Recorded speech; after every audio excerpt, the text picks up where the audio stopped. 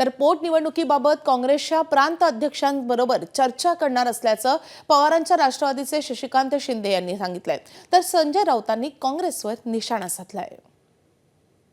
बारामतीमध्ये अजितदादांच्या निधनानंतर पक्षाने निर्णय घेतला, सुप्रियाताईंनी आणि आम्ही सगळ्यांनी, की तिथे आपण उमेदवार द्यायचा नाही।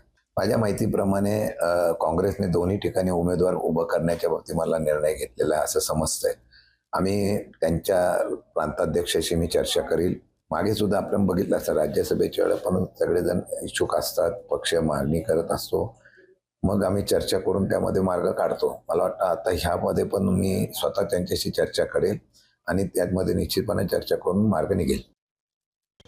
काँग्रेस बिहार असेल, पश्चिम बंगाल असेल, नागालँड असेल, इथे सगळ्यात आधी निवडणूक लढण्यासाठी पुढे जाते आणि नंतर निकाल लागल्यावरती कळतं की आपण कुठे आहोत, ते कुठे आहे।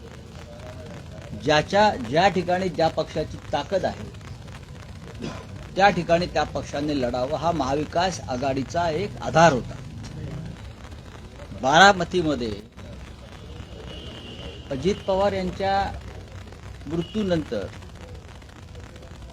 एक कौटुंबिक अपधर्म म्हणून कदाचित शरद पवारांचा पक्ष निवडणूक लढणार नाही कदाचित, पण इतर कोणी जर लढत असतील तर त्यांना आपण विरोधी करता कामा नये। एबीपी माझा, उघडा डोळे बघा नीट।